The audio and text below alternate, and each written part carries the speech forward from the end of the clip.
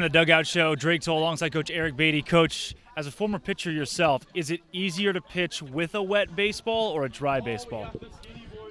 I would say it's easier to pitch with a dry baseball, but you got to figure it out. Skip, yesterday's game in a win against YD, the top team over the East, despite them struggling, you guys were able to, you faced adversity. 5-4 game where they put up a 4 spot there in the second inning. How well was your team able to respond, especially against, again, a team that's got first in the East prowess? Yeah, I mean, that's baseball. You got to be able to deal with the good and the bad, and yesterday we saw a lot of both, and we came out with the win. So they did enough to win. I was happy with that. Nishida out of the lineup again tonight. Is that something where you're trying to rest your guys strategically going into the playoffs? Yeah, it is. He's had a little bit of a sore back. He feels like he can play, but we just want to be safe and definitely want to have him available at 100% during the playoff run. Nishida out of the lineup, Jackson Ross in, one of the new faces, new names for Hyannis. What do you see out of him that you like? What does he bring to this dugout? Yeah, he had a really good summer in the NECBL. He hit for some power, hit a lot of doubles, put a lot of balls in play. So we'll see. First time I see him play tonight, so we'll see what he's got to offer.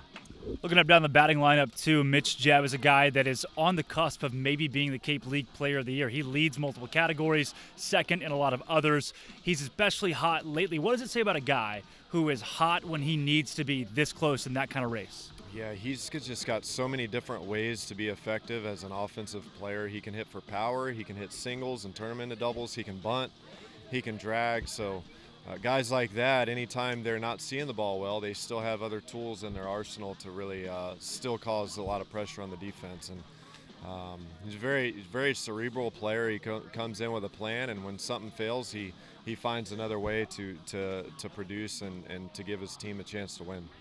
Again, as someone who's been in pitching situations yourself as a player, when you have Jay Driver, who had 11 strikeouts in that game against Falmouth, coming back in today, is there more pressure after a game where you pitched at an elite level? No, I don't think so. I don't think so at all. Jay's always looking, whether he does good or does bad, he's always looking to get better every day. And I think as soon as your previous outing ends, you're on to the next outing the next day, and Jay's no different. So I think he's going to come out today and have a good game. Last regular season home game for you guys. What has Hyannis already meant to you in season number 1 as the head coach? I love this place. I love it. Yep. On top of that, too, could be one of your last home. I mean, it's got to be, right? The season's coming down within 2 weeks. One of your last games with these guys. Does it feel like everybody's kind of soaking it in and cherishing it as the regular season comes to a close? Yeah, it really kind of just feels like another day. I mean, we've come out here every day so far with a pretty loose personality and working hard to try to win, and today feels no different than that.